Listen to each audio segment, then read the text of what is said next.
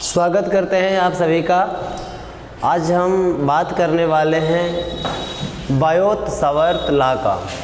अगर आप 12वीं क्लास में पढ़ रहे हैं तो वीडियो आप लोग के लिए बहुत ही महत्वपूर्ण है। तो बायोट सावर्त लॉ है क्या? तो बायोट सावर्त लॉ जो है, बायोट एवं सावर्त दो लोगों के नाम हैं।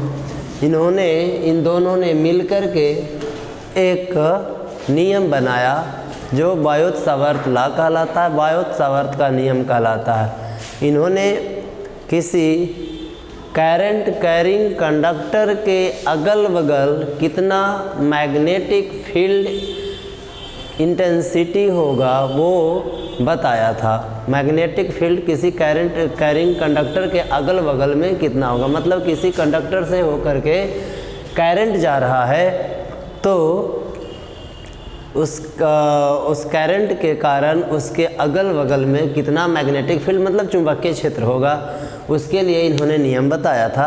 तो उसी नियम को हम आपके सामने प्रूव कर रहे हैं, देखिएगा। और अगर वीडियो पसंद आए तो वीडियो को लाइक करिएगा और चैनल पे जब नए होंगे तो चैनल को ज़रूर सब्सक्राइब कर लीजिएगा। इस तरह के वीडियो हम आप लोग के लिए लाते रहेंगे। ये प्रश्न आपके CBSE बोर्ड से हो चाहे स्टेट बोर्ड से हो, आप सभी के लिए महत्वपूर्ण है। एग्ज़ाम में आता और इस पे आधारित न्यूमेरिकल प्रश्न भी रहते हैं। चलिए, समय बर्बाद आपका नहीं करेंगे, हम इसे आप लोग के लिए सिद्ध करते हैं।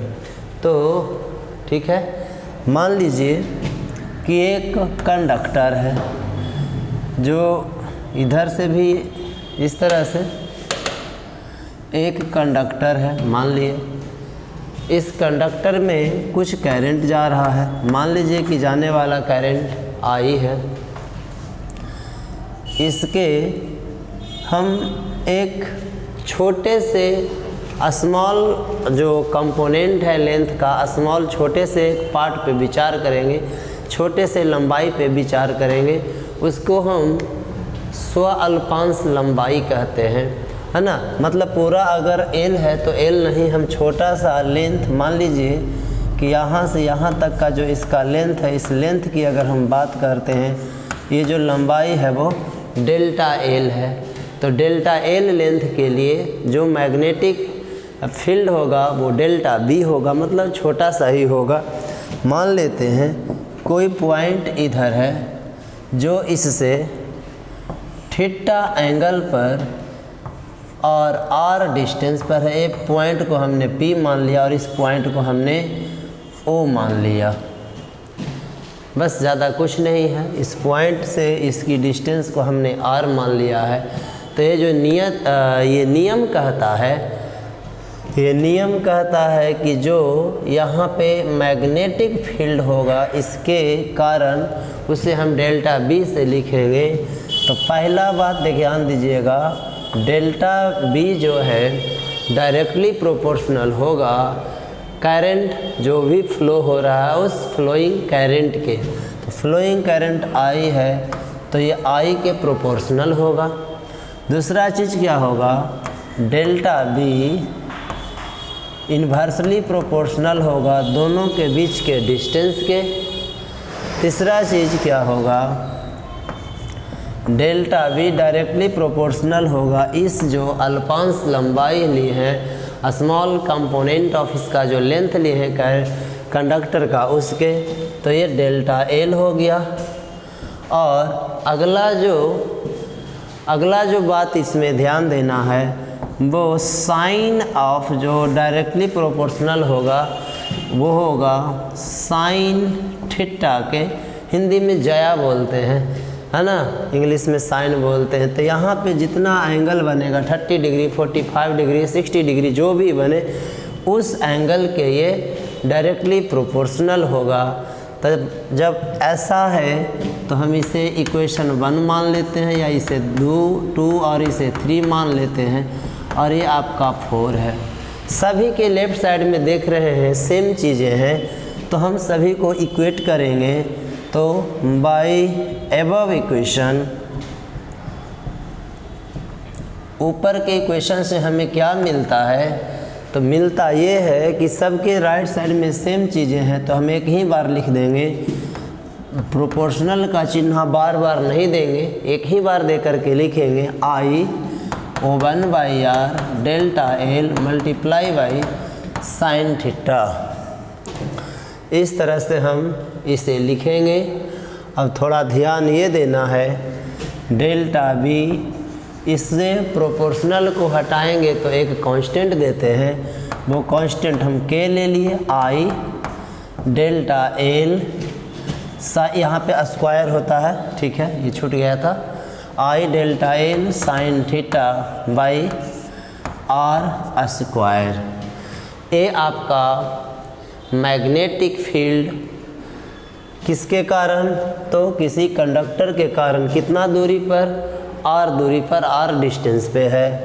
ये आपका डेल्टा बी इज इक्वल, तो के है जो एक प्रोपोर्शनल कांस्टेंट है, इसका मान हम ऐसे लिखते हैं म्यू 0/4 लिखा जाता है। और ये जो है वैल्यू बराबर होता है 10⁻⁷ न्यूटन प्रति एम्पियर स्क्वायर का। तो ये जो है μ0/4, इसे हम परमिटिविटी यानी चुंबकशीलता कहते हैं, निर्वात की चुंबकशीलता। अगर यहाँ से आपको केवल चुंबकशीलता यानी μ0 का मान पूछे तो 10⁻⁷ मल्टीप्लाई बाई 4 न्यूटन प्रति एम्पियर स्क्वायर लिखेंगे। अगर ये हो गया आपका बायोट से वार्तालाप। अगर इसी को आप वेक्टर फॉर्म में लिखना चाहें तो देखें कैसे लिखा जाएगा। ये वेक्टर फॉर्म में, तो इसका जो वेक्टर फॉर्म, अच्छा क्यों वेक्टर फॉर्म, क्योंकि ये एक वेक्टर क्वांटिटी है, सदिश राशि है।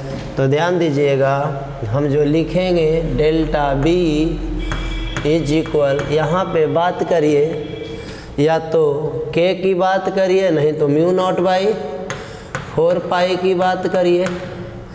आई लिख लेंगे पहले, डेल्टा एल है, डेल्टा एल दे देंगे वेक्टर के फॉर्म में, इसको हम आर लिख देंगे, साथ में साइन थीटा भी लिख देंगे।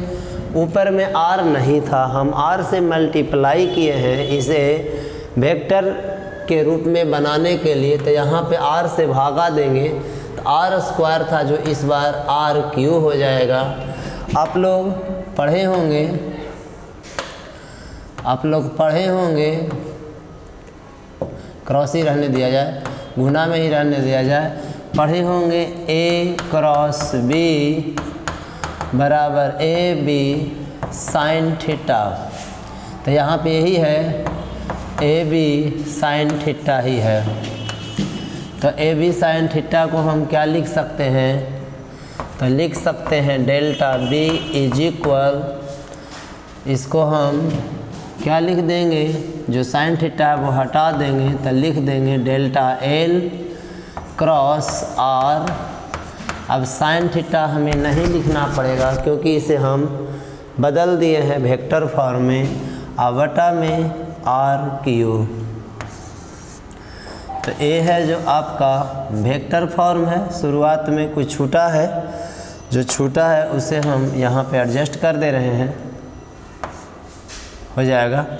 तो शुरुआत में क्या छूटा है, तो μ0/4 छूटा है, और साथ ही साथ आई छूटा है।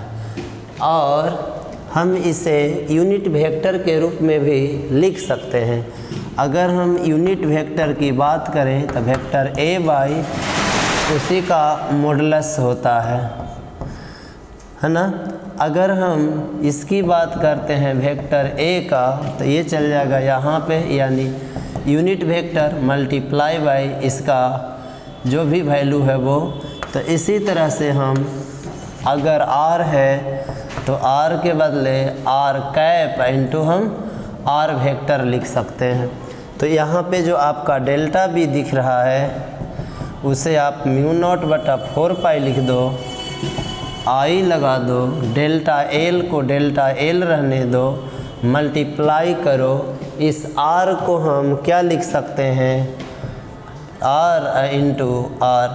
अब देखिए ये वाला जो R क्यू है यहाँ पे वेक्टर की ज़रूरत नहीं है। यह जो R है इस R से इसे आप काट देते हैं तो R स्क्वायर बचेगा।